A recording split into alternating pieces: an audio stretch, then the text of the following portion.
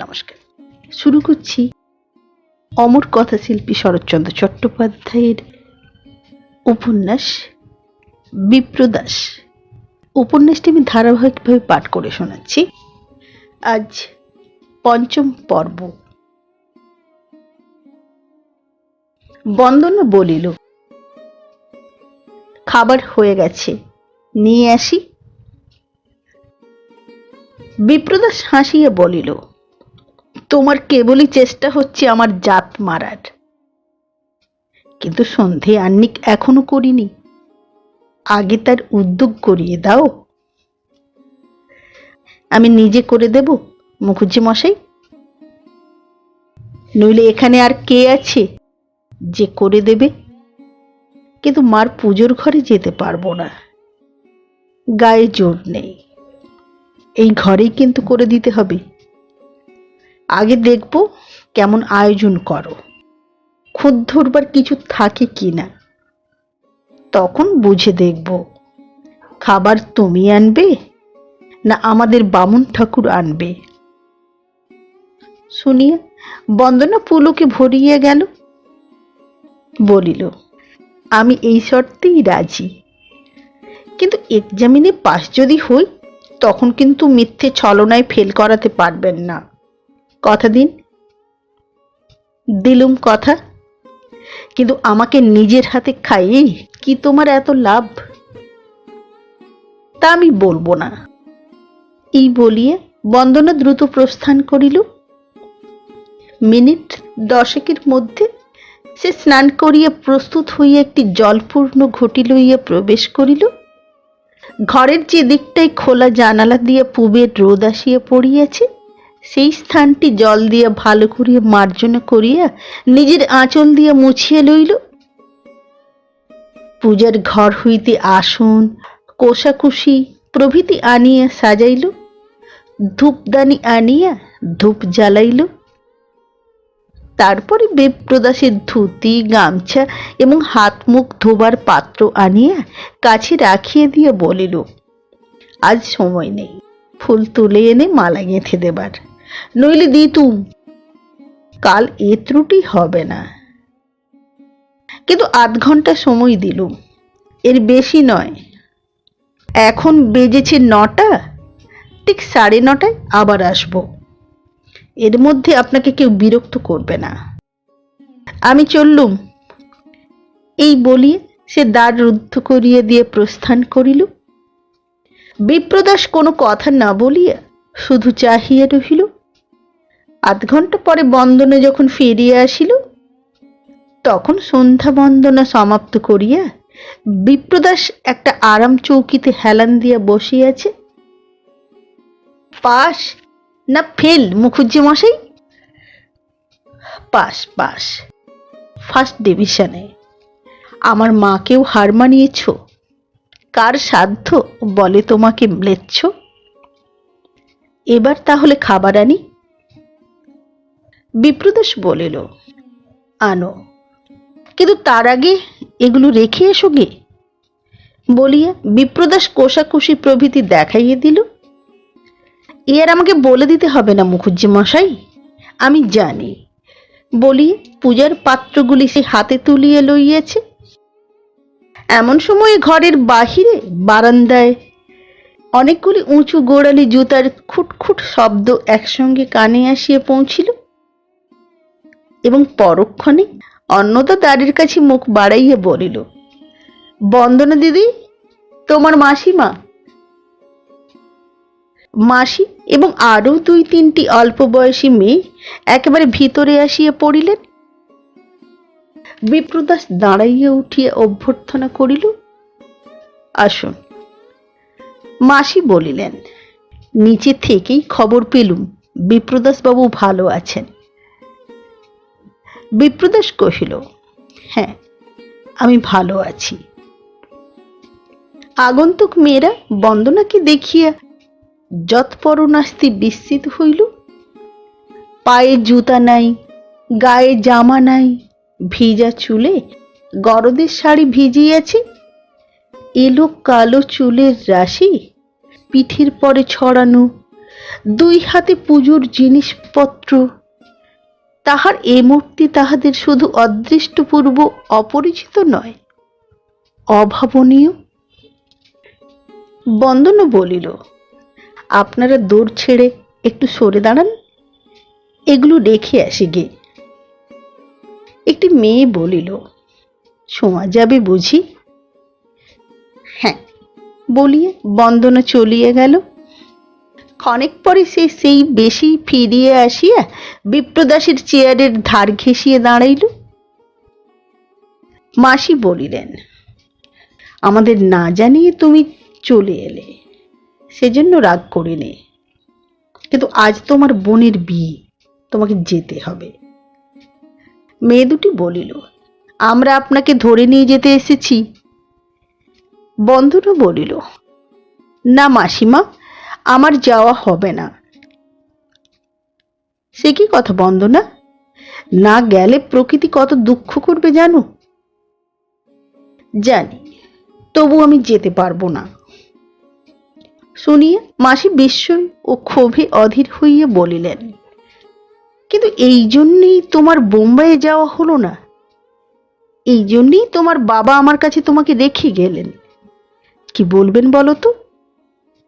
সেই মেয়েটি বলিল, তাছাড়া সুধীর বাবু, মিস্টার দত্ত ভারী রাগ করবেন, আপনার চলে আসাটা তিনি মোটেই পছন্দ করেননি। বন্দনা তাহার দিকে চাহিল, কিন্তু জবাব দিল মাসিকে। বলিল, আমি না গেলে প্রকৃতির বিয়ে আটকাবে না, কিন্তু গেলে মুখুজ্জে মশাইয়ের সেবার ত্রুটি হবে, ওকে দেখবার এখানে কেউ নেই। কিন্তু উনি তো ভালো হয়ে গেছেন, তোমাকে যেতে বলা ওর উচিত। এই বলিয়ে মাসি বিপ্রদাসের দিকে চাহিলেন। বিপ্রদাস হাসিয়া কহিল, ঠিক কথা, আমার যেতে বলাও উচিত, বন্দনার যাওয়াও উচিত, বরঞ্চ না গেলেই অন্যায় হবে। বন্দনা মাথা নাড়িয়ে কহিল, না, অন্যায় হবে আমি মনে করি নেই। বেশ, আপনি বলেছেন যেতে, আমি যাব, কিন্তু রাত্রেই আসব, সেখানে থাকতে পারবো না, এ অনুমতি মাসিমাকে দিতে হবে। একটা রাতও থাকতে পারবে না? না। আচ্ছা তাই হবে। বলি, মাসি মনে মনে রাগ করিয়া দলবল লইয়া প্রস্থান করিলেন। বিপ্রদাস বলিল, দেখলে তো তোমার মাসিমা রাগ করে চলে গেলেন, কিন্তু হঠাৎ এ খেয়াল হলো কেন? বন্দনা বলিল, রাগ করে গেলেন জানি, কিন্তু শুধু খেয়ালের বশেই যেতে চাইনি তা নয়, ওদের যা কিছু সমস্তর উপরেই আমার বৃত্তৃষ্ণা ধরে গেছে, তাই ওখানে আর যেতে চাইনি মুখুজ্জে মশাই। এটা একটু বাড়াবাড়ি বন্দনা। সত্যি বাড়াবাড়ি কিনা বলা শক্ত মুখুজ্জে মশাই, আমি নিজেকে নিজে জিজ্ঞাসা করি, অথচ বেশ বুঝতে পারি ওদের মধ্যে গিয়ে আমার না থাকে সুখ, না থাকে স্বস্তি। একবার বোম্বাইয়ের একটা কাপড়ের কলের কারখানা দেখতে গিয়েছিলাম, কেবলই আমার সেই কথা মনে হতে থাকে। তার কত কল, কত চাকা, আশেপাশে সামনে পিছনে অবিশ্রাম ঘুরছে, একটু অসাবধান হলেই যেন ঘাড় মুন্ডু গুঁজলে তার মধ্যে টেনে নিয়ে গিয়ে ফেলবে। ওসব দেখতে যে ভালো লাগে না তা নয়, তবু মনে হয় বেরোতে পারলেই বাঁচি। কিন্তু আর দেরি করব না, আপনার খাবার আনি গে। বলিয়া বাহির হইতে গিয়েই চোখ পড়িল দ্বারের সম্মুখে পায়ের ধুলা, জুতোর দাগ। থমকে দাঁড়াইয়া বলিল, খাবার আনা হলো না মুখুজ্জে মশাই, একটু সবুর করতে হবে, চাকর দিয়ে এগুলো আগে ধুইয়ে ফেলি। এই বলিয়া সে ঘর হইতে বাহির হইতেছিল। বিপ্রদাস সবিস্ময়ে প্রশ্ন করিল, এত খুঁটিনাটি তুমি শিখলে কার কাছে বন্দনা? শুনি বন্দনা নিজেও আশ্চর্য হইল। বলিল, কে শেখালে? আমার মনে নেই মুখুজ্জে মশাই। বলি একটু চুপ করিয়ে কহিল, বোধহয় কেউ শেখায়নি। আমার আপনি মনে হচ্ছে আপনাকে সেবা করার এসব অপরিহার্য অঙ্গ, না করলেই ত্রুটি হবে। এই বলিয়ে সে চলিয়ে গেল। বিকালের দিকে অভ্যস্ত এবং যথোচিত সাজসজ্জা করিয়া বন্দনা বিপ্রদাসের ঘরের খোলা দরজার সম্মুখে দাঁড়াইয়া বলিল, মুখুজ্জি মশাই, চললুম বোনের বিয়ে দেখতে। মাসি ছাড়লেন না বলেই যেতে হচ্ছে। বিপ্রদাস কহিল, আশীর্বাদ করি তুমিও যেন শীঘ্র এই অত্যাচারের শোধ নিতে পারো। তখন ওই মাসিকে পাঞ্জাব থেকে হিঁচড়ে বোম্বাইয়ে টেনে নিয়ে যেও। মাসির ওপর রাগ নেই মুখুজ্জি মশাই, কিন্তু আপনাকে হিঁচড়ে টেনে নিয়ে যাব। ভয় নেই, গাড়ি ভাড়া আমরাই দেব, আপনার নিজের লাগবে না। এই বলি বন্দনা হাসিয়া কহিল, ফিরতে আমার রাত হবে মুখুজ্জি মশাই, কিন্তু সমস্ত ব্যবস্থা করে গেলুম, অন্যথা হলে এসে রাগ করবে বই কি, না করলেই সকলে আশ্চর্য হবে, ভাববে শরীর ভালো নেই, বিয়ে বাড়িতে খেয়ে বোধহয় অসুখ করেছে। বন্দনা হাসি মুখে মাথা নাড়িয়ে বলিল, হয়েছে আমার গুণ ব্যাখ্যা করা, কিন্তু সে কথা যাক। আপনি সন্ধে আহ্নিক করতে নিচে যাবেন না যেন, অনুদি এই ঘরেই সব এনে দেবে। তার আধ ঘন্টা পরেই ঠাকুর দিয়ে যাবে খাবার। 1 ঘন্টা পরে ঝড়ু ঔষধ দিয়ে আলো নিবিয়ে দরজা বন্ধ করে চলে যাবে। এই হুকুম সকলকে দিয়ে গেলুম, বুঝলেন? বুঝেছি, তবে চললুম। যাও, কিন্তু চমৎকার মানিয়েছে তোমাকে বন্দনা, একথা স্বীকার করবই। কারণ যে পোশাকটা পরেছ এইটাই হলো তোমার স্বাভাবিক, যেটা এখানে পরে থাকো সেটা কৃত্রিম। সে কি কথা মুখুজ্জি মশাই, ওরা যে বলে মেয়েদের জুতো পরা আপনি দেখতে পারেন না, ওরা ভুল বলে। যেমন বলে তোমার হাতে আমি খেতে পারিনি। বন্দনা বিস্মিত হইয়া প্রশ্ন করিল, ভুল হবে কেন মুখুজ্জি মশাই? আমার হাতে খেতে সত্যিই তো আপনার আপত্তি ছিল। আপত্তি ছিল, কিন্তু আপত্তিটা সত্যিকারের হলে সে আজও থাকতো, যেত না। কথাটা বন্দনা বুঝিল না, কিন্তু বিপ্রদাসের উক্তি অসত্য বলিয়া মনে করাও কঠিন। বলিল, দ্বিজবাবু একদিন বলেছিলেন, দাদার মনের কথা কেউ জানতে পারে না, যেটা শুধু বাইরের তাই কেবল লোকে টের পায়, কিন্তু যা অন্তরের তা অন্তরেই চাপা থাকে। মুখুজ্জি মশাই, এ কি সত্যি? উত্তরে বিপ্রদাস শুধু একটু হাসিল, তারপরে বলিল, বন্দনা, তোমার দেরি হয়ে যাচ্ছে। যদি সত্যিই থাকতে সেখানে ইচ্ছে না হয়, থেকো না, চলে এসো।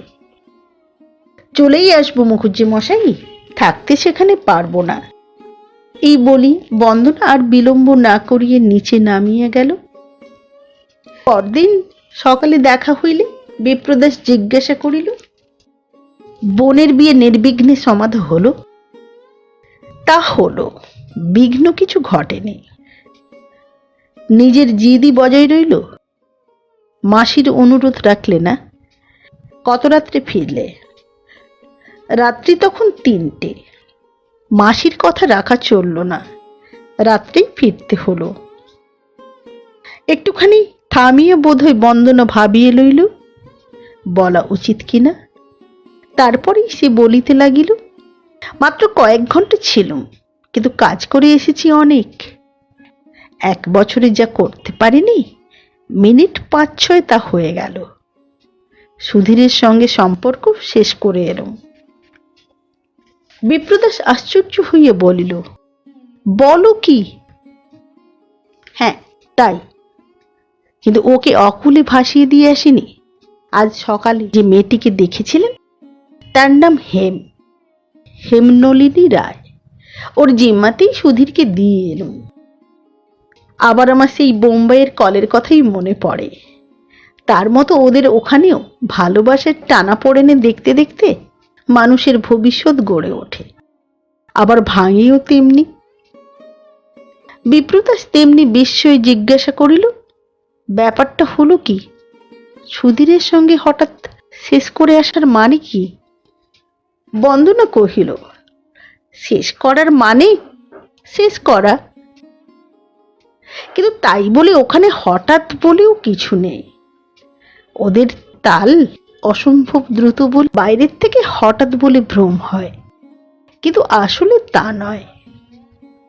সুধীর আমাকে ডেকে বললে আমার অত্যন্ত অন্যায় হয়েছে। বললুম, কি অন্যায় হয়েছে সুধীর? সে বললে, কাউকে না বলে, অর্থাৎ তাকে না জানিয়ে অকস্মাৎ এ বাড়িতে চলে আসা আমার খুব গর্হিত কাজ হয়েছে। বিশেষত সেখানে বিপ্রদাস বাবু ছাড়া আর কেউ নেই যখন। বললুম, সেখানে অন্নদা দিদি আছে। সুধীর বললে, কিন্তু সে দাসী ছাড়া তো আর কিছু নয়। আমি বললুম, ও বাড়িতে তাকে দিদি বলে সবাই ডাকে। মেয়েটি মুখ টিপে একটু হেসে বললে, পাড়া গায়ে ওরকম ডাকা দিতিয়েছে শুনেছি। তাতে দাসী চাকরের অহংকার বাড়ে, আর কিছু বাড়ে না। তারা নিজেরাও বড় হয়ে ওঠে না।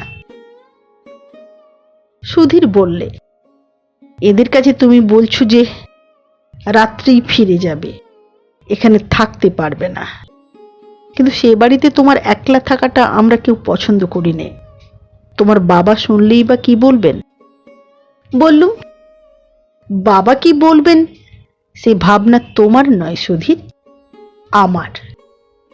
কিন্তু আরো যারা পছন্দ করে না, তাদের মধ্যে কি তুমি নিজেও আছো? হেম বলিল, নিশ্চয়ই আছেন, সকলকে ছাড়া তো উনি নন। এই মেয়েটার গায়ে পড়া মন্তব্যের উত্তর দিতে ইচ্ছে হলো না, তাই সুধীরকে বললুম, তোমার এ কথার জবাবে আমিও বলতে পারতুম যে অনর্থক ছুটি নিয়ে তোমার কলকাতায় থাকাটা আমি পছন্দ করি নে, কিন্তু সে কথা আমি বলবো না। তুমি যে নোংরা ইঙ্গিত করলে তা ইতর সমাজেই চলে, কিন্তু তোমাদের বড় দলেও সে যে সমান সচল এ আমি জানতুম না। কিন্তু আর আমার সময় নেই, গাড়ি দাঁড়িয়ে রয়েছে, আমি চললুম। সেই মেয়েটা বলে উঠল, যা অশোভন, যা অনুচিত, তার আলোচনা ছোট বড় সকল দলেই চলে জানবেন। বললুম, আপনারা যত খুশি আলোচনা চালান, আপত্তি নেই। আমি উঠল। সুধীর হঠাৎ কেমন ধারা যেন হয়ে গেল, মুখ ফ্যাকাশে হয়ে উঠল। নিজেকে সামলে নিয়ে বললে, তোমার মাসিমাকে জানিয়ে যাবে না? বললুম, তাকে জানানোই আছে, বিয়ে হয়ে গেলেই আমি চলে যাব, যত রাতই হোক। সুধীর বললে, কাল তোমার সঙ্গে কি একবার দেখা হতে পারবে? বললুম, না। সে বললে, পরশু? আমি বললুম, পরশুও না। তারপরের দিন? না, তার পরের দিনও নয়, কোনো দিনও না। কিন্তু আমার যে একটা বিশেষ জরুরি কথা আলোচনা করবার আছে, তবে কবে তোমার সময় হবে? তোমার হয়তো আছে, কিন্তু আমার নেই। সময় আমার হবে না সুধীর। এই বলে উঠে পড়ল। সুধীর আমাকে যে চেনে না তা নয়, সঙ্গে এগিয়ে আসতে সাহস করলে না, সেইখানে স্তব্ধ হয়ে দাঁড়িয়ে রইল। আমি গাড়িতে এসে বসলুম। বিপ্রদাস ঈষৎ হাসিয়া কহিল, এর মানে কি শেষ করে দেওয়া বন্দনা? একটুখানি কলহ, সন্দেহ যদি থাকে, দেখা হলে তোমার মেজদিকে জিজ্ঞাসা করে নিও। বন্দনা হাসিল না, গম্ভীর হইয়া বলিল, কাউকে জিজ্ঞেস করার প্রয়োজন নেই মুখুজ্জে মশাই। আমি জানি আমাদের শেষ হয়ে গেছে, এ আর ফিরবে না। তাহার মুখের প্রতি চাহিয়ে বিপ্রদাস হতবুদ্ধি হইয়া রহিল। বলো কি বন্দনা, এত বড় জিনিস কি কখনো এত অল্পেই শেষ হতে পারে? সুধীরের আঘাতটাই একবার ভেবে দেখো দেখি। বন্দনা বলিল, ভেবে দেখেছি মুখুজ্জি মশাই, এই আঘাত সামলাতে সুধীরের বেশি দিন লাগবে না। আমি জানি ওই হেমমেয়েটি তাকে পথ দেখিয়ে দেবে। কিন্তু আমি নিজের কথা ভাবছিলাম, শুধু যে গাড়িতে বসেই ভেবেছি তা নয়। কাল বিছানায় শুয়ে সমস্ত রাত্রি আমি ঘুমোতে পারিনি। অস্বস্তি বোধ করেছি সত্যি, কিন্তু কষ্ট আমি পাইনি। কষ্ট পাবে রাগ পড়ে গেলে, তখন ওই সুধীরের জন্যই আবার পথ চেয়ে থাকবে। এই বলিয়ে বিপ্রদাস হাসিল।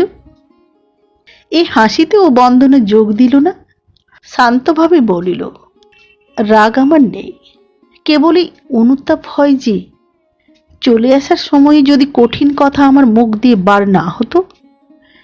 দেখিয়ে এলুম যেন দোষ তাঁর, জানিয়ে এলুম যেন মর্মাহত হয়ে আমি বিদায় নিলুম, কিন্তু তা তো সত্যি নয়। এই মিথ্যে আচরণের জন্যেই শুধু লজ্জা বোধ করি মুখুজ্জে মশাই, আর কিছুর জন্যে নয়। তাহার কথার শেষের দিকে চোখ যেন সজল হইয়া আসিল। বিপ্রদাসের মনের বিস্ময় বহুগুণে বাড়িয়া গেল। এই যে ছলনা নয়, এতক্ষণে সে বুঝিল। বলিল, সুধীরকে তুমি কি সত্যিই আর ভালোবাসো না বন্দনা? না মুখুজ্জি মশাই, না। একদিন তো বাঁচতে, এত সহজে এ ভালোবাসা গেল কি করে? এত সহজে গেল বলেই এত সহজে এর উত্তর পেল, নইলে আপনার কাছে মিথ্যে বলতে হতো। এই বলিয়ে সে কিছুক্ষণ নীরবে চাহিয়ে থাকিয়ে বলিল, আপনি জানতে চাইলেন কোনোদিন সুধীরকে ভালোবেসেছিলুম কিনা? সেদিন ভাবতুম সত্যিই ভালোবাসি, কিন্তু তারপরেই আরেকজন পড়ল চোখে, সুধীর গেল মিলিয়ে।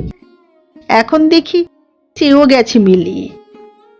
শুনে হয়তো আপনার ঘৃণা হবে, মনে হবে এমন তরল মন তো দেখিনি। আমি জানি মেয়েদের এই লজ্জার কথা, কোনো মেয়ে এ স্বীকার করতে চায় না। এ যেন তাদের চরিত্রকেই কলুষিত করে দেয়। হয়তো আমিও কারো কাছে মানতে পারতুম না, কিন্তু কেন জানি নে, আপনার কাছে কোনো কথা বলতেই আমার লজ্জা করে না। বিপ্রদাস চুপ করিয়া রহিল। বন্দনা বলিতে লাগিল, হয়তো এই আমার স্বভাব, হয়তো এ আমার বয়সের স্বধর্ম। অন্তর শূন্য থাকতে চায় না, হাতড়ে বেড়ায় চারিদিকে। কিংবা এমনিই হয়তো সকল মেয়েদের প্রকৃতি। ভালোবাসার পাত্র যে কে সমস্ত জীবনে খুঁজেই পায় না। এই বলিয়া স্থির হইয়া মনে মনে কি যেন ভাবিতে লাগিল। তারপরেই বলিয়া উঠিল, কিংবা হয়তো খুঁজে পাবার জিনিস নয় মুখুজ্জে মশাই, ওটা মরীচিকা। বিপ্রদাস তেমনি মৌন হইয়া রহিল। বন্দনার যেন মনের আগুল খুলিয়া গেছে, বলিতে লাগিল, এই সুধীরের সঙ্গেই 1 বছর পূর্বে আমার বিবাহ স্থির হয়ে গিয়েছিল। শুধু তার মায়ের অসুখ বলেই হতে পারেনি। কাল ঘরে ফিরে এসে ভাবছিল, বিয়ে যদি সেদিন হয়ে যেত, আজ কি মন আমার এমন করেই তাকে ঠেলে ফেলে দিত? মনকে শাসনে রাখতুম কি দিয়ে? ধর্মবুদ্ধি দিয়ে, সংস্কার দিয়ে। কিন্তু অবাধ্য মন শাসন মানতে যদি না চাইতো, কি হতো তখন? যাদের মধ্যে এই কটা দিন কাটিয়ে এলুম, ঠিক কি তাদের মতন এমনি ষড়যন্ত্র আর লুকোচুরিতে মন পরিপূর্ণ করে শুকনো হাসি মুখে টেনে টেনে লোক ভুলিয়ে বেড়াতুম? এমনি পরস্পরের নিন্দে করে, হিংসে করে, শত্রুতা করে? কিন্তু আপনি কথা কইছেন না কেন মুখুজ্জে মশাই? বিপ্রদাস বলিল, তোমার মনের মধ্যে যে ঝড় বইছে, তার ভয়ানক বেগের সঙ্গে আমি চলতে পারবো কেন বন্দনা? কাজেই চুপ করে আছি। বন্দনা বলিল, না, সে হবে না। এমন করে এড়িয়ে যেতে আপনাকে আমি দেব না। জবাব দিন। কিন্তু শান্ত না হলে জবাব দিয়ে লাভ কি? তোমার আজকের অবস্থা যে স্বাভাবিক নয়, এ কথা তুমি বুঝতে পারবে কেন? কেন পারবো না মুখুজ্জে মশাই? বুদ্ধি তো আমার যায়নি। যায়নি, কিন্তু ঘুলিয়ে আছে। এখন থাক, সন্ধ্যের পরে সমস্ত কাজকর্ম সেরে আমার কাছে এসে যখন স্থির হয়ে বসবে তখন বলবো, পারি তখন এর জবাব দেব। তবে সেই ভালো, এখন আমারও যে সময় নেই। এই বলিয়ে বন্দনা বাহির হইয়া গেল। বস্তুত তাহার কাজের অবধি নাই। সকালে ছুটি লইয়া অন্নদা কালীঘাটে গেছে, সে কাজগুলোও আজ তাহারই কাঁধে পড়িয়াছে। কত চাকর বাকর, কত ছেলে এখানে থাকিয়া স্কুল কলেজে পড়ে, তাহাদের কত রকমের প্রয়োজন। কাজের ভিড়ে তাহার মনেও পড়িল না সে সারা রাত্রি ঘুমায় নাই। সে আজ ভারী ক্লান্ত। সন্ধ্যার পরে বিপ্রদাসের রাত্রির খাওয়া সাঙ্গ হইল। নিজের সমস্ত ব্যবস্থা সম্পূর্ণ করিয়া বন্দনা তাহার শয্যার কাছে আসিয়া একটা চৌকি টানিয়া বসিল। বলিল, মুখুজ্জে মশাই, একটা কথা সত্যি জবাব দেবেন। বিপ্রদাস বলিল, সচরাচর তাই তো দিয়ে থাকি, কিন্তু প্রশ্নটা কি? বন্দনা বলিল, মেজদিদিকে সত্যি কি আপনি ভালোবাসেন? ছেলেবেলায় আপনাদের বিয়ে হয়েছে, সে কতদিনের কথা, কখনো কি এর অন্যথা ঘটেনি? বিপ্রদাস অবাক হইয়া গেল। এমন কথা যে কাহারও মনে আসিতে পারে সে কল্পনাও সে করে নাই। কিন্তু আপনাকে সামলাইয়া লইয়া সহাস্যে কহিল, তোমার মেজদিদিকেই বরঞ্চ এ প্রশ্ন জিজ্ঞাসা করো। বন্দনা বলিল, তিনি জানবেন কি করে? আপনার আসল মনের কথা তো শুনেছি কেউ জানতে পারে না। না বলতে চান বলবেন না, আমি একরকম করে বুঝে নেব। কিন্তু বললে সত্যি কথা আপনাকে বলতে হবে। সত্যি কথাই বলবো, কিন্তু আমাকে কি তোমার সন্দেহ হয়? হয় মুখুজ্জে মশাই, আপনি অনেক বড় মানুষ, কিন্তু তবুও তো মানুষ। মনে হয় কোথায় যেন আপনি ভারী একলা, সেখানে আপনার কেউ সঙ্গী নেই। এ কথা কি সত্যি নয়? বিপ্রদাস এ প্রশ্নের সঠিক উত্তর দিল না। বলিল, স্ত্রীকে ভালোবাসা যে আমার ধর্ম বন্দনা। বন্দনা বলিল, ধর্ম যতদূর প্রসারিত ততদূর আপনি খাঁটি, কিন্তু তার চেয়েও বড় কি সংসারে কিছু নেই? দেখতে তো পাইনি বন্দনা। বন্দনা বলিল, আমি দেখতে পাই মুখুজ্জে মশাই। বলবো সে কথা? বিপ্রদাসের মুখ সহসা যেন পাণ্ডুর হইয়া উঠিল। বলিষ্ঠ গৌরবর্ণ মুখে যেন রক্তের লেশ নাই। দুই হাত সম্মুখে বাড়াইয়া বলিল, না, একটি কথাও নয় বন্দনা। আজ তোমার ঘরে যাও, কাল হোক পরশু হোক, আবার যখন প্রকৃতিস্থ হয়ে আলোচনার বুদ্ধি ফিরে পাবে তখন এর জবাব দেব, কিংবা হয়তো আপনিই তখন বুঝবে। ওই যারা তোমার মাসির বাড়িতে তোমার বুদ্ধিকে আচ্ছন্ন করেছে তারাই সব নয়। ধর্ম যাদের কাছে অত্যাজ্য তারাও আছে, জগতে তারাও বাস করে। না, আর তর্ক নয়, তুমি যাও। বন্দনা বুঝিল এ আদেশ অবহেলার নয়। এই হয়তো সেই বস্তু যাহাকে বাড়িশুদ্ধ সকলে ভয় করে। বন্দনা নিঃশব্দে ঘর হইতে বাহির হইয়া গেল। পরদিন বিকালের দিকে বন্দনা আসিয়া বলিল, মুখুজ্জে মশাই, আবার চললুম মাসিমার বাড়িতে। এবার আর ঘন্টা কয়েকের জন্যে নয়, এবার যতদিন না মাসি আমাকে বোম্বাইয়ে পাঠানোর ব্যবস্থা করতে পারেন ততদিন। অর্থাৎ আর্জেন্ট টেলিগ্রামে এসেছে, বাবার হুকুম। কালই সকালবেলায় মাসি গাড়ি পাঠাবেন আমাকে নিতে। বিপ্রদাস কহিল, অর্থাৎ বোঝা গেল তোমার মাসির প্রতিশোধ নেবার অধ্যবসায় এবং বুদ্ধি আছে। এ বোধ হয় তাঁরই প্রিপেড টেলিগ্রামের জবাব। কই দেখি কাগজটা। না, সে আপনাকে দেখাতে পারবো না। শুনিয়া বিপ্রদাস ক্ষণকাল স্তব্ধ হইয়া রহিল। তারপর ঈষৎ হাসিয়া বলিল, ভগবান যে কারো দর্প রাখেন না, এ তারই নমুনা। এতদিন ধারণা ছিল আমাকে জড়ানো যায় না, কিন্তু দেখছি যায়। অন্তত তেমন লোকও আছে। তোমার মাসির মাথায় এ ফোন দিয়েও খেলেছে। দাও না, পড়ে দেখি অভিযোগটা কতখানি গুরুতর। এবার বন্দনা কাগজখানা তাহার হাতে দিল। রায় সাহেবের সুদীর্ঘ টেলিগ্রাম। সমস্তটা আগাগোড়া পড়িয়া সেটা ফিরাইয়া দিয়ে বিপ্রদাস বলিল, মোটের উপর তোমার বাবা অসঙ্গত কিছুই লেখেননি। নিঃস্বার্থ পরোপকারের বিপদ আছে। অসুস্থ আত্মীয়কে সেবা করতে আসাটাও সংসারে সহজ কাজ নয়। বন্দনা প্রশ্ন করিল, আমাকে কি আপনি মাসির বাড়িতেই ফিরে যেতে বলেন? সেই তো তোমার বাবার আদেশ বন্দনা। এ তো বলরামপুরের মুখুজ্জে বাড়ি নয়। হুকুম দেওয়ার কর্তা এক্ষেত্রে তোমার মুখুজ্জে মশাই নয়, মাসি। আবার আদেশটা দিয়েছেন বাপের মুখ দিয়ে, অতএব মান্য করতেই হবে। বন্দনা বলিল, এ হলো আপনার মামুলি বচন।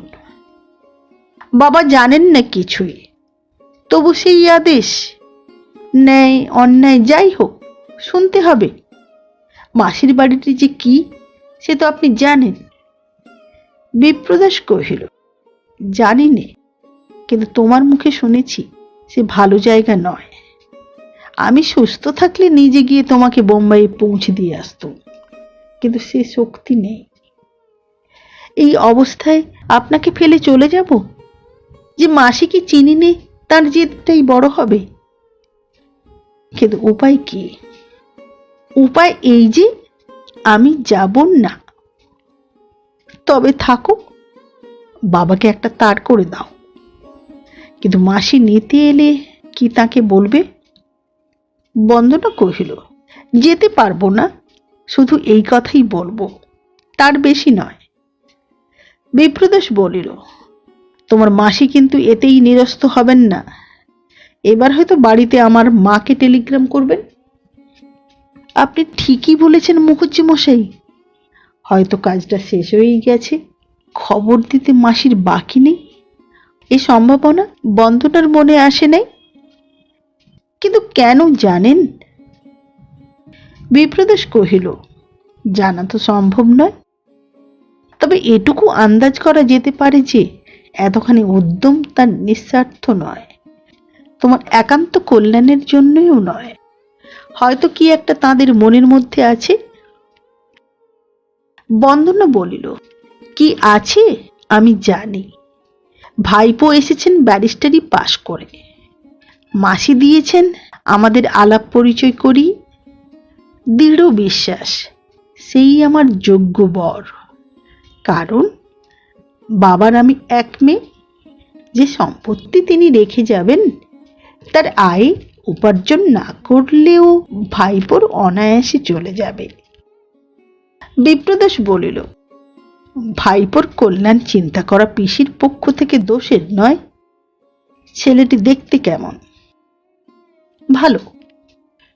এই আমার মতো হবে?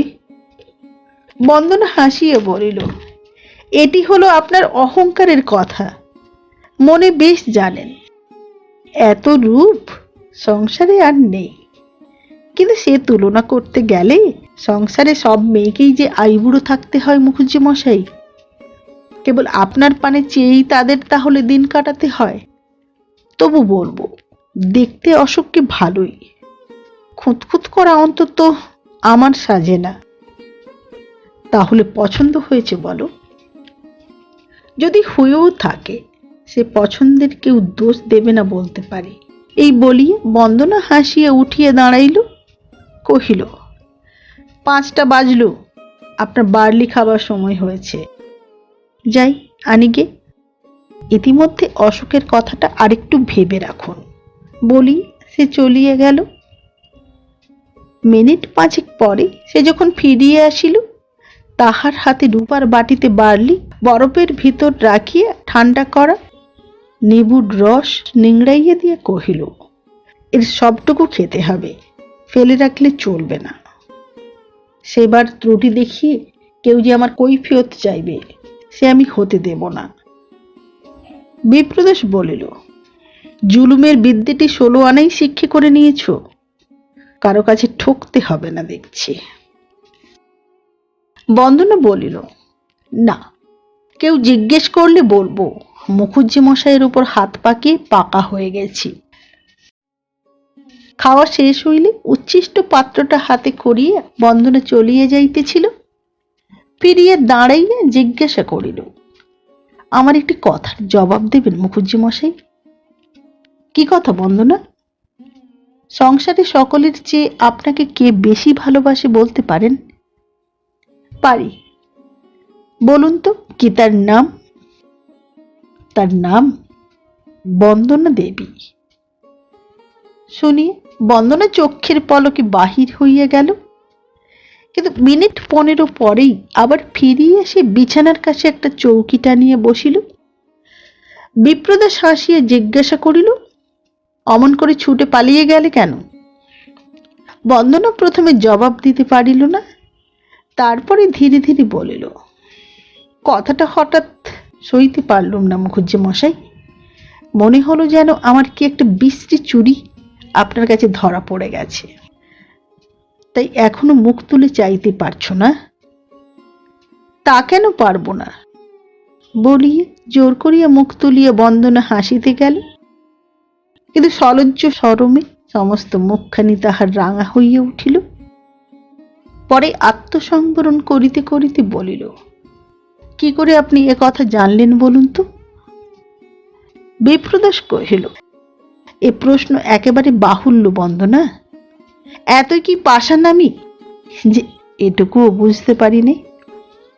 তাছাড়া সন্দেহ যদি আমার কখনো থাকে, আজ তোমার পানে চেয়ে আর তো আমার নেই।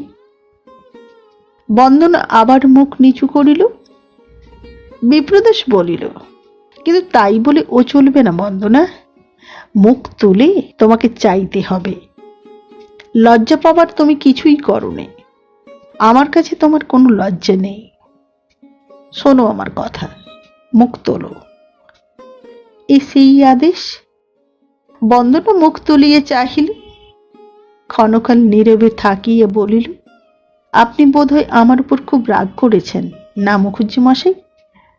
বিপ্রদাস স্মিত মুখে কহিল, কিছুমাত্র না। এ কি রাগ করার কথা? শুধু আমার মনের আশা এইটুকু যে এ ভুল তোমার নিজের কাছেই একদিন ধরা পড়বে, কেবল সেই দিনই এর প্রতিকার হবে।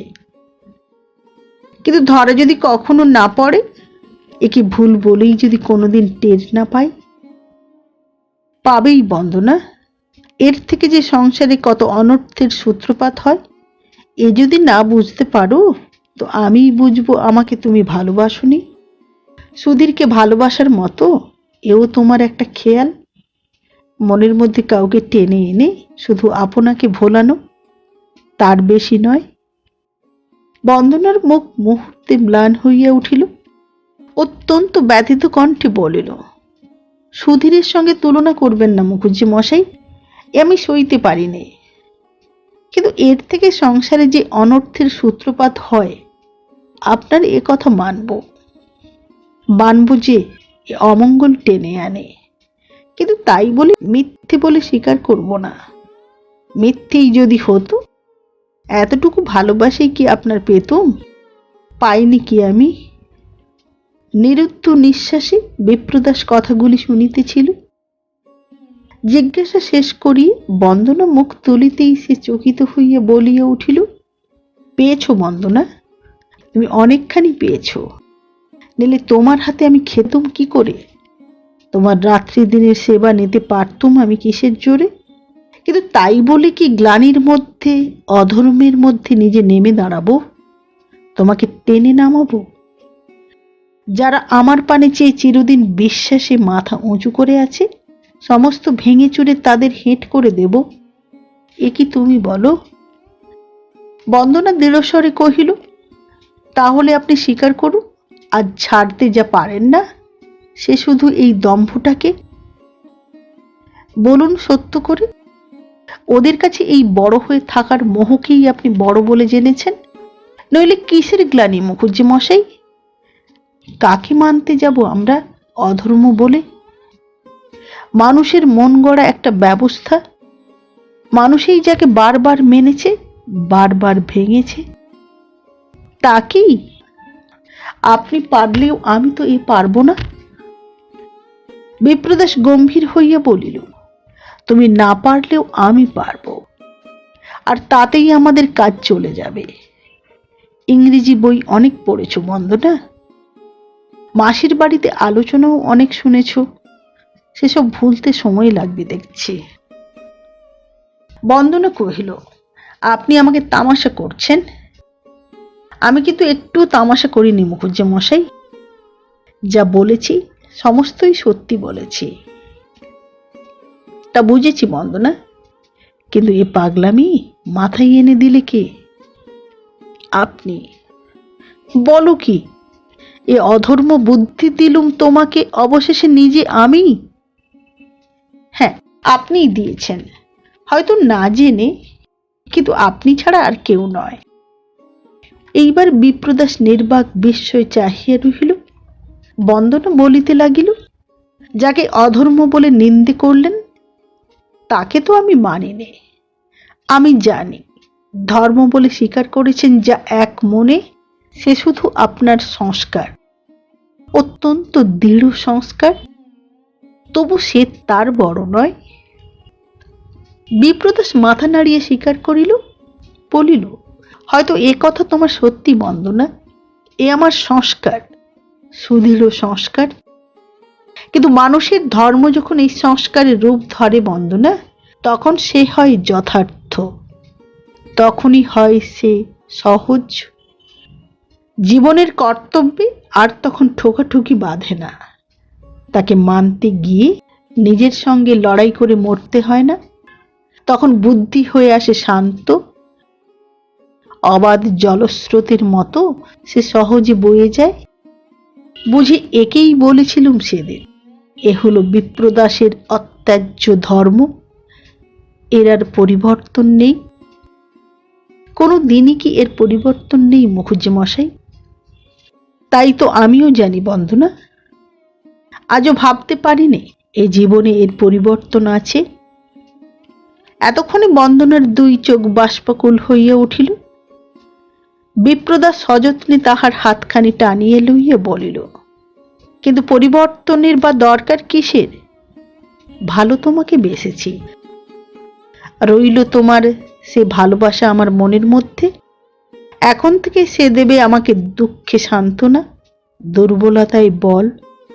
ভার যখন আর একাকী বইতে পারবো না, তখন দেব তোমাকে ডাক। সেও রইল আজ থেকে তোমার জন্যে তোলা, আসবে তো তখন। বন্দনা বাঁ হাত দিয়ে চোখ মুছিয়ে বলিল, আসবো, যদি আসার শক্তি থাকে, পথ যদি থাকে তখনও খোলা, নইলে পারবো না তো আসতে মুখুজ্জি মশাই। কথাটা শুনিয়ে বিপ্রদাস যেন চমকিয়া গেল, বলিল, বটেই তো, আসার পথ থাকে যদি খোলা, চিরদিনের তরে যদি বন্ধ হয়ে সে না যায়, তখন এসো, কিন্তু অভিমানে মুখ ফিরিয়ে থেকো না।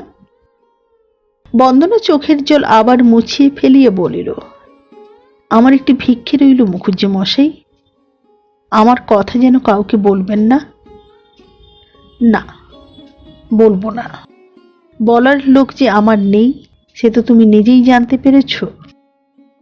হ্যাঁ, পেরেছি। দুইজনে কিছুক্ষণ নীরব হইয়া রহিল। বিপ্রদাস কহিল, এই বিপুল সংসারে আমি যে এতখানি একা, এ কথা তুমি কি করে বুঝেছিলে বন্দনা? বন্দনা বলিল, কি জানি কি করে বুঝেছিল। আপনাদের বাড়ি থেকে রাগ করে চলে এলো, আপনি এলেন সঙ্গে, গাড়িতে সেই মাতাল সাহেবগুলোর কথা মনে পড়ে।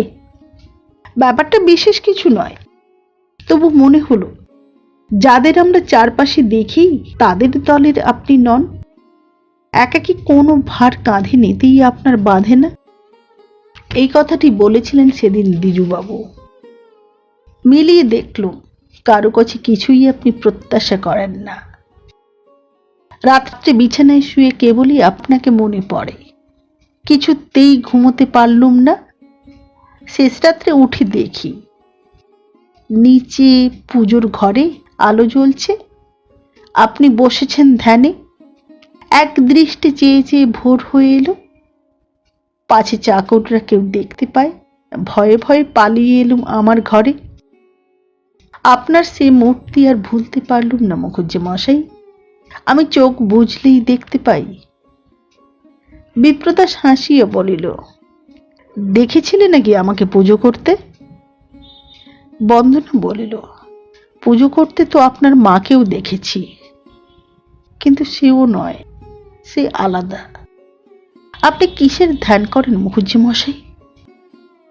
বিপ্রদাস পুনরায় হাসিয়ে বলিল, সে জেনে তোমার কি হবে?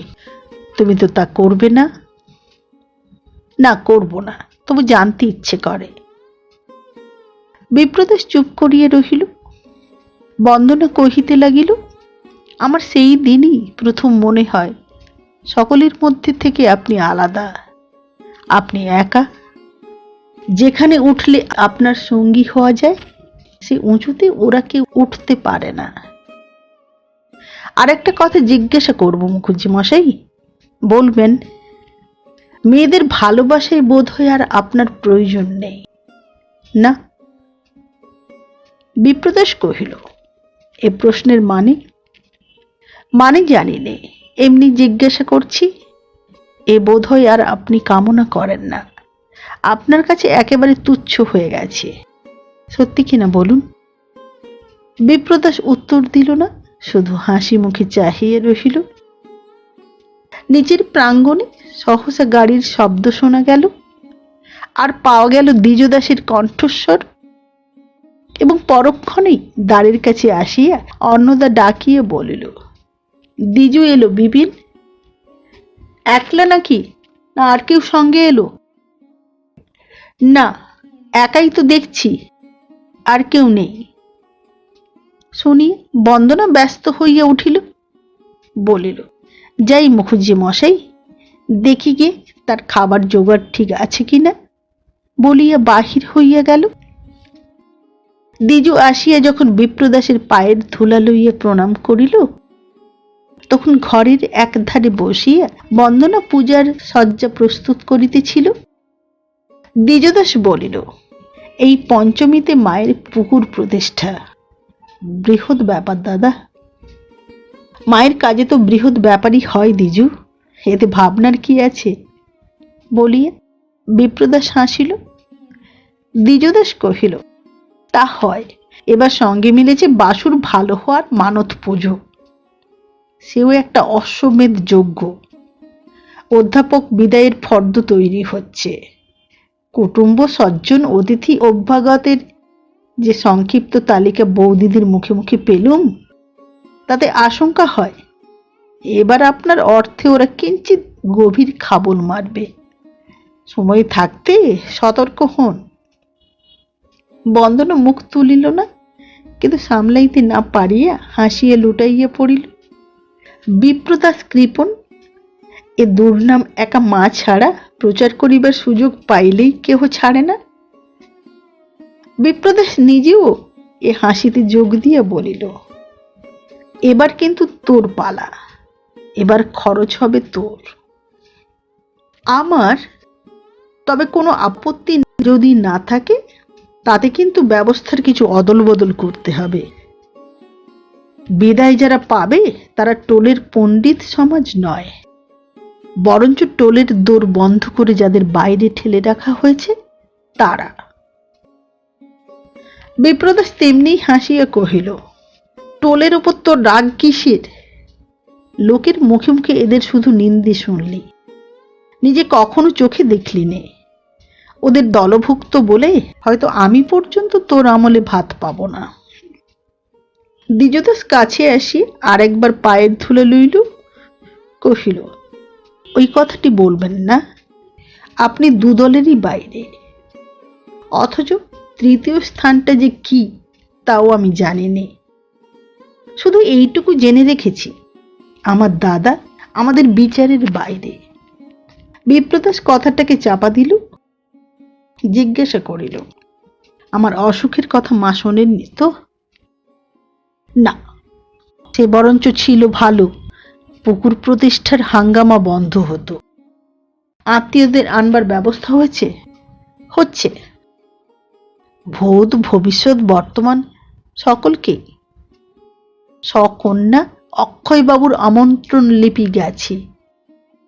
মায়ের বিশ্বাস বৃহৎ ব্যাপারে মৈত্রীর অগ্নি পরীক্ষা হয়ে যাবে। আমার উপর ভার পড়েছে তাদের নিয়ে যাওয়ার। মার কাউকে নিয়ে যাবার কথা বলে দেননি? হ্যাঁ, অনুদিকেও নিয়ে যেতে হবে। কলেজের ছেলেরা যদি কেউ যেতে চায় তারাও। তোর বৌদিদির কোনো ফরমাস নেই? দ্বিজদাস কহিল, না। নিচে আবার মোটরের শব্দ পাওয়া গেল। হর্নের চেনা আওয়াজ কানে আসিতেই বন্দনা জানালা দিয়ে মুখ বাড়াইয়া বলিল, মাসিমার গাড়ি। আমি দেখি কি মুখুজ্জি মশাই, আপনি সন্দেহান্নিক সেরে নিন, দেরি হয়ে যাচ্ছে বলিয়া বাহির হইয়া গেল। আমিও যাই, মুখ হাত ধুইয়ে ঘণ্টাখানেক পরে আসব বলিয়ে দ্বিজদাসও চলিয়া গেল। বিপ্রদাসের পূজা আহ্নিক সমাপ্ত হইল। আজ খাবার ফলমূল দিয়া গেল অন্নদা। মাসির বাড়ি হইতে যে মেয়েটি নিতে আসিয়াছে, বন্দনা ব্যস্ত আছে তাহাকে লইয়া, এ খবর সেই দিল। দ্বিজদাস যথাসময়ে ফিরিয়া আসিল। হাতে তাহার বিরাট ফর্দ। কলিকাতার অর্ধেক জিনিস কিনিয়া গাড়ি বোঝাই করিয়া চালান দিতে হইবে। দুই ভাইয়ে এই লইয়া যখন ভয়ানক ব্যস্ত, তখন দরজার বাহির হইতে প্রার্থনা আসিল, মুখুজ্জি মশাই, আসতে পারি কি? পায়ে কিন্তু আমার জুতো রয়েছে। জুতো? তা হোক, এসো। বন্দনা ঘরে আসিয়া প্রবেশ করিল। যে বেশে বলরামপুরে তাহাকে প্রথম দেখা গিয়েছিল, এ সেই বেশ। বিপ্রদাস অত্যন্ত বিস্ময়ে জিজ্ঞাসা করিল, কোথাও যাচ্ছ নাকি বন্দনা? হ্যাঁ, মাসিমার বাড়িতে। কখন ফিরবে? ফেরবার কথা তো জানিনি মুখুজ্জি মশাই। এই বলিয়া হেঁট হইয়া সে বিপ্রদাসকে প্রণাম করিল, কিন্তু অন্যদিনের মতো পায়ে হাত দিয়া স্পর্শ করিল না, মুখ তুলিল না, শুধু কপালে হাত ঠেকাইয়া দ্বিজদাসকেও নমস্কার করিল। তাহার পরে ঘর হইতে সে বাহির হইয়া গেল। দ্বিজদাস জিজ্ঞাসা করিল, বন্দনা হঠাৎ চলে গেলেন কেন? আমার এসে পড়াটাই কি কারণ নাকি? বিপ্রদাস বলিল, না, ওর বাবা টেলিগ্রাম করেছেন মাসির বাড়িতে গিয়ে থাকতে, যতদিন না বোম্বাইয়ে ফিরে যাওয়া ঘটে। কিন্তু হঠাৎ মাসি বেরোলো কোথা থেকে? বন্দনা আমার সঙ্গে তো প্রায় কথাই কইলেন না, সর্বক্ষণ আড়ালে রইলেন। তারপর সকাল না হতে হতেই দেখছি সরে পড়লেন। একটা নমস্কার করে গেলেন সত্যি, কিন্তু সেও মুখ ফিরিয়ে। আমার বিরুদ্ধে হলো কি তার? প্রশ্নের জবাবটা বিপ্রদাস এড়াইয়া গেল এবং মাসির ব্যাপারটা সংক্ষেপে জানাইয়া কহিল, আমার অসুখে ভয় পেয়ে এই মাসির বাড়ি থেকেই অনুদি ওকে ডেকে এনেছিলেন আমার শুশ্রূষা করতে। যথেষ্ট করেছে, ওর কাছে তোমার কৃতজ্ঞ হওয়া উচিত। দ্বিজদাস কহিল, উচিত নয় বলিনি, কিন্তু আপনাকে সেবা করতে পাওয়াটাও তো একটা ভাগ্য। সেই মূল্যটা যদি উনিও অনুভব করতে পেরে থাকেন, তো কৃতজ্ঞতা ওর কাছেও আমাদের পাওনা আছে। বিপ্রদাস সহাস্যে কহিল, তুই ভারী নরাধম। দ্বিজদাস বলিল, নরাধম, কিন্তু নির্বোধ নই। আমার কথা থাক, কিন্তু এই সেবা করার কথাটা মায়ের কানে গেলে উনি চিরকাল আমাদের মাকেই কিনে রাখবেন। সেই কি সোজা সম্পদ? শুনিয়ে বিপ্রদাস হাসিল, কহিল, মাকে তুই এতকাল পরে চিনতে পেরেছিস বল? দ্বিজদাস বলিল, যদি পেরেও থাকি, সে শুধু আপনিই জানুন। আমি মায়ের কুপুত্র, আমি কুলাঙ্গার, তার কাছে এই পরিচয়ই থাক। একে আর নড়িয়ে কাজ নেই দাদা। কিন্তু কেন? মা তোকে বিশ্বাস করতে পারেন, তোকে ভালো বলে ভাবতে পারেন, এ কি তুই সত্যিই চাস নে? এই অভিমানে লাভ কি বলতো? লাভ কি জানি নে, কিন্তু লোভ বিশেষ নেই। আমি আপনার পেয়েছি স্নেহ, পেয়েছি বৌদিদির ভালোবাসা, এই আমার 7 রাজার ধন। 7 জন্ম দুহাতে বিলিয়েও শেষ করতে পারবো না। কিন্তু বলিয়া ফেলিয়েই তাহার চোখ মুখ লজ্জায় রাঙা হইয়া উঠিল। হৃদয়ের এই সকল আবেগ উচ্ছ্বাস ব্যক্ত করিতে সে চিরদিন পরাণমুখ, চিরদিন নিস্পৃহতার আবরণে ঢাকা দিয়ে বেড়ানোই তাহার প্রকৃতি। মুহূর্তে নিজেকে সামলাইয়া ফেলিয়া বলিল, কিন্তু এসব আলোচনা নিষ্প্রয়োজন। যেটা প্রয়োজন সে হচ্ছে এই যে আমার চোখে বন্দনার চলে যাওয়ার ভাবটা দেখালো যেন রাগের মতো। এর মানেটা বলে দিন। মানেটা বোধহয় এই যে তুই যখন এসে পড়েছিস তখন ওর আর দরকার নেই। এখন থেকে সেবা শুশ্রূষার ভার তোর উপর। এই বলিয়ে বিপ্রদাস হাসিতে লাগিল। দ্বিজদাস বলিল, আপনি ঠাট্টা করছেন বটে, কিন্তু আমি বলছি এইসব ইংরেজি নবিশ মেয়েগুলো এই দম্ভতেই একদিন মরবে। আপনাকে রোগের সেবা করবার দিন যেন না কখনো আসে। কিন্তু এলে প্রমাণ হতে দেরি হবে না যে দাদার সেবাতে দ্বিজুকে হারানো 10টা বন্দনার সাধ্যে কুলোবে না, এ কথা তাকে জানিয়ে দেবেন। স্নেহ হাস্যে বিপ্রদাসের মুখ প্রদীপ্ত হইয়া উঠিল। কহিল, আচ্ছা আচ্ছা, জানাবো, কিন্তু বিশ্বাস করবে কিনা জানি নে।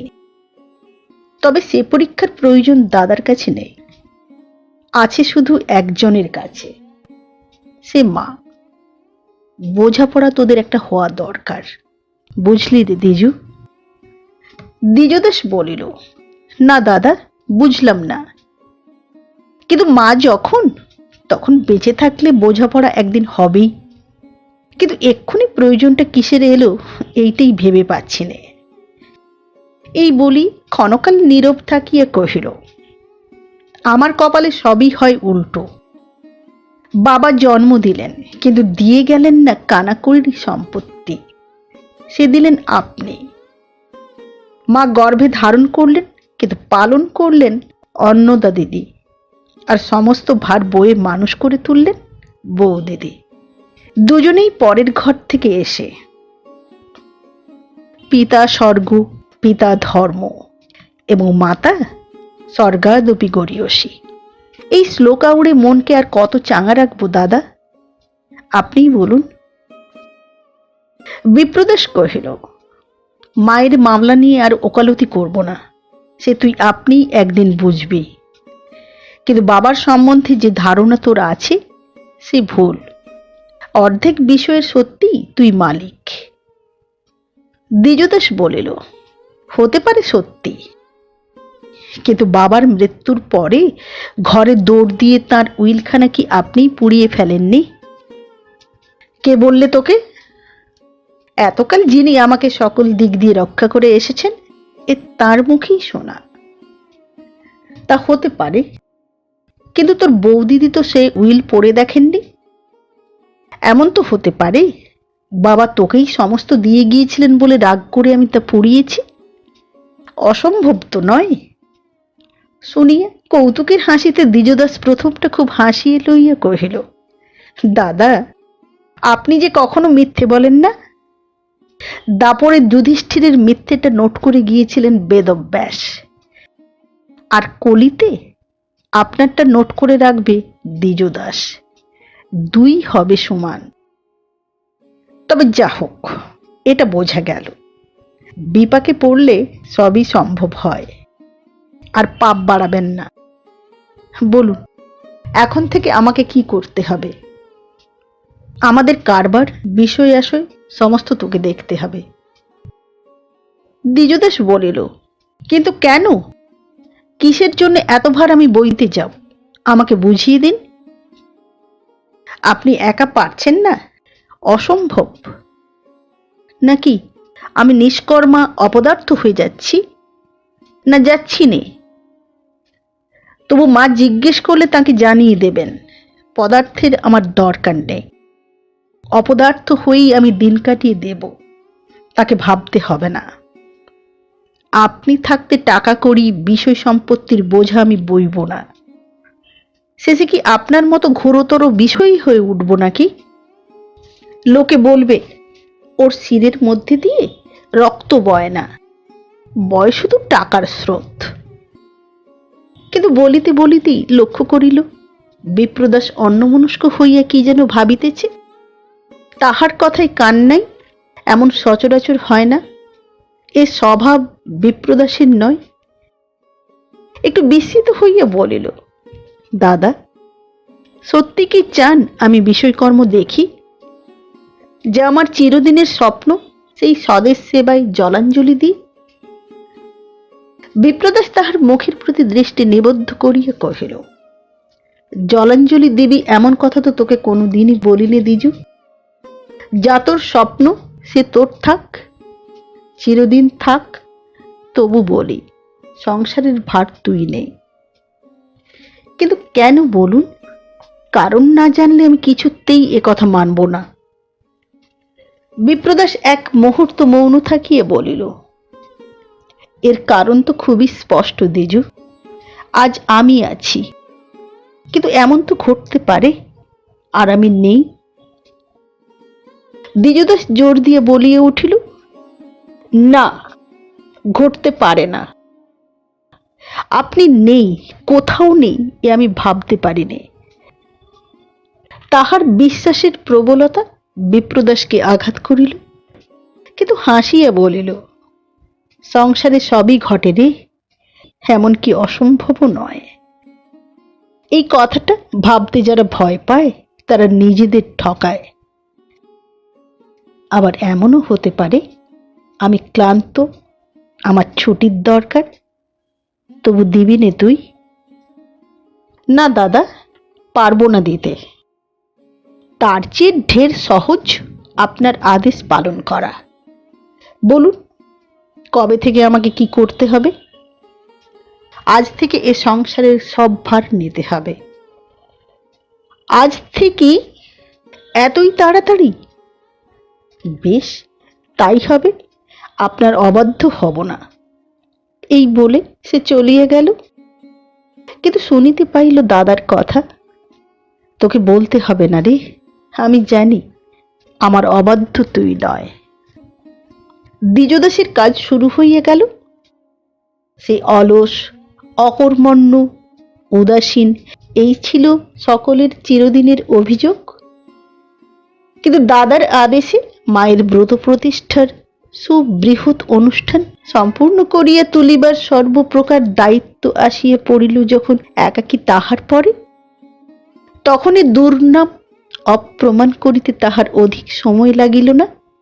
এই অনভ্যস্ত গুরুভার সে যে এত স্বচ্ছন্দে বহন করিবে, এতখানি আশা বিপ্রদাস করে নাই। কিন্তু তাহার নিরলস সুশৃঙ্খল কর্মপটুতায় সে যেন একেবারে বিস্মিত হইয়া গেল। যাহা কিনিয়া পাঠাইবার তাহা গাড়ি বোঝাই করিয়া দ্বিজদাস বাড়ি পাঠাইল, যাহা লইবার তাহা সঙ্গে রাখিল। আত্মীয় কুটুম্বগণকে একত্র করিয়া যথাযোগ্য সমাদরে রওনা করিয়া দিল। এখানকার সকল কার্য সমাধা করিয়া আজ গৃহে ফিরিবার দিন সে দাদার শেষ উপদেশ গ্রহণ করিতে তাহার ঘরে ঢুকিয়া দেখিল সেখানে বসিয়া বন্দনা। সেই যাবার দিন হইতে আর সে আসে নাই। তাহার কথা কাজের ভিড়ে দ্বিজদাস ভুলিয়াছিল।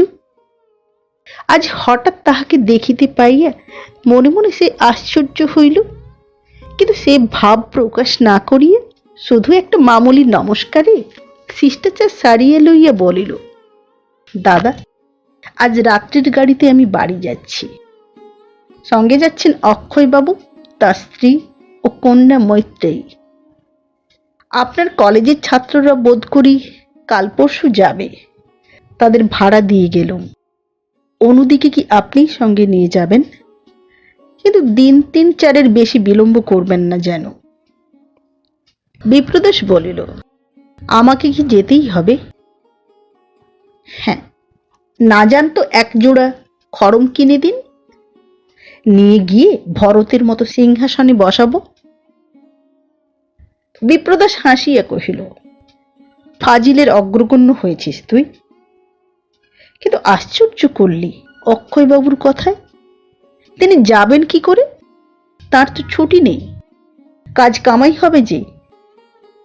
দ্বিজদাস বলিল, তা হবে, কিন্তু লোকসান নেই। ওদিকে তার চেয়ে ঢের বড় কাজ হবে, বড় ঘরে মেয়ে দিতে পারাটা। টাকাওয়ালা জামাই, ভবিষ্যতের অনেক ভরসা, কলেজের বাঁধা মাইনের অনেক বেশি। বিপ্রদাস রাগিয়া বলিল, তোর কথাগুলো যেমন রূঢ় তেমনি কর্কশ। মানুষের সম্মান রেখে কথা কইতে জানিস নে? দ্বিজদাস বলিল, জানি কিনা বৌদিকে জিজ্ঞাসা করে দেখবেন। সৌজন্যের বাজে অপব্যয় করিনে, শুধু এই আমার দোষ। শুনিয়া বিপ্রদাস না হাসিয়ে পারিল না, বলিল, তোর একটি সাক্ষী শুধু বৌদিদি, যেমন মাতালের সাক্ষী ছুঁড়ি। দ্বিজদাস কহিল, তা হোক, কিন্তু আপনার কথাটাও ঠিক মধুমাখা হচ্ছে না দাদা। কারণ আমিও মাতাল নই, তিনিও মদের যোগান দেন না। দেন অমৃত, দেন গোপনে বহু লোকের অন্ন, যা অনেক বড় লোক পারে না। বিপ্রদাস কহিল, তাদের পেরেও কাজ নেই। আদর দিয়ে দেওরকে জন্তু করে তোলা ছাড়া বড় লোকেদের অন্য কাজ আছে। বন্দনা মুখ নিচু করিয়া হাসিতে লাগিল। দ্বিজদাস সেটা লক্ষ্য করিয়া বলিল, এ নিয়ে আর তর্ক করব না দাদা। বৌদিদি আপনার নেই, বাঙালির সংসারে তার স্নেহ যে কি সে আপনি কোনো দিন জানেন না। অন্ধকে আলো বোঝানোর চেষ্টায় ফল নেই। একটু হাসিয়ে বলিল, বন্দনা আড়ালে হাসছেন, কিন্তু মাসির বাড়ির বদলে দিন কতক আমাদের বাড়িতে কাটিয়ে এলে হয়তো আমার কথাটা বুঝতেন। কিন্তু থাকবে এসব আলোচনা। দাদা, আপনি কবে বাড়ি যাচ্ছেন বলুন? আমি বড় ক্লান্ত দ্বিজু, মাকে বুঝিয়ে বলতে পারবি নে? বিপ্রদাসের এমন নির্জীব নিস্পৃহ কণ্ঠস্বর সে কখনো শোনে নাই। চমকে চাহিয়া দেখিল, ক্ষীণ হাসিটুকু তখন ওষ্ঠপ্রান্তে লাগিয়া আছে, কিন্তু এ যেন তাহার দাদা নয়, আর কেহ। বিস্ময় ও ব্যথায় অভিভূত হইয়া জিজ্ঞাসা করিল, অসুখ কি এখনো সারেনি দাদা? না, সেরে গেছে। তবু মায়ের কাজে বাড়ি যেতে পারলেন না, একথা মাকে বোঝাবো কি করে?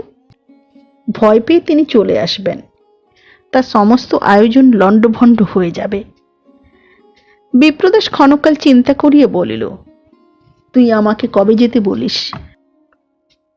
দ্বিজদাস বলিল, আজ, কাল, পরশু, যবে হোক আমাকে অনুমতি দিন, আমি নিজে এসে আপনাকে নিয়ে যাব। বিপ্রদাস হাসি মুখে কিছুক্ষণ নীরবে থাকিয়া কহিল, বেশ, তাই হবে।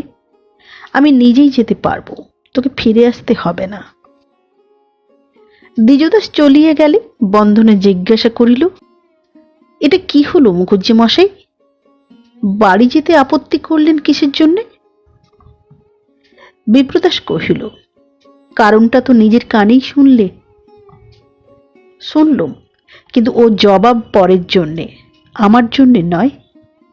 বলুন, কিসের জন্য বাড়ি যেতে চান না? আপনাকে বলতেই হবে। বিপ্রদাস বলিল, আমি ক্লান্ত। বন্দনা বলিল, না। না কেন? ক্লান্তিতে সকলেরই দাবি আছে, নেই কি শুধু আমার? আপনারও আছে, কিন্তু সে দাবি সত্যিকার হলে সকলের আগে বুঝতে পারতুম আমি। আর সকলের চোখকেই ঠকাতে পারবেন, পারবেন না ঠকাতে শুধু আমার চোখকে। যাবার সময় মেজদিকে চিঠি লিখে যাব। আপনার রোগ ধরবার কখনো দরকার হলে যেন তিনি আমাকে ডেকে পাঠান। মেজদি নিজে পারবেন না রোগ ধরতে, তুমি দেবে ধরে, এ কথা শুনলে কিন্তু তিনি খুশি হবেন না। বন্দনা বলিল, খুশি হবেন না সত্যি, কিন্তু কৃতজ্ঞ হবেন। আমার মেজদি হলেন সে যুগের মানুষ, স্বামী তাকে খুঁজে বেছে নিতে হয়নি, ভগবান দিয়েছেন আশীর্বাদের মতো অঞ্জলি পূর্ণ করে। তখন থেকে সুস্থ সবল মানুষটিকে নিয়েই তার কারবার। কিন্তু সে মানুষেরও যে হঠাৎ একদিন মন ভাঙতে পারে, এ খবর তিনি জানবেন কি করে? বিপ্রদাস কথা না কহিয়া শুধু একটুখানি হাসিল। বন্দনা বলিল, আপনি হাসলেন যে বড়? বিপ্রদাস বলিল, হাসি আপনিই আসে বন্দনা।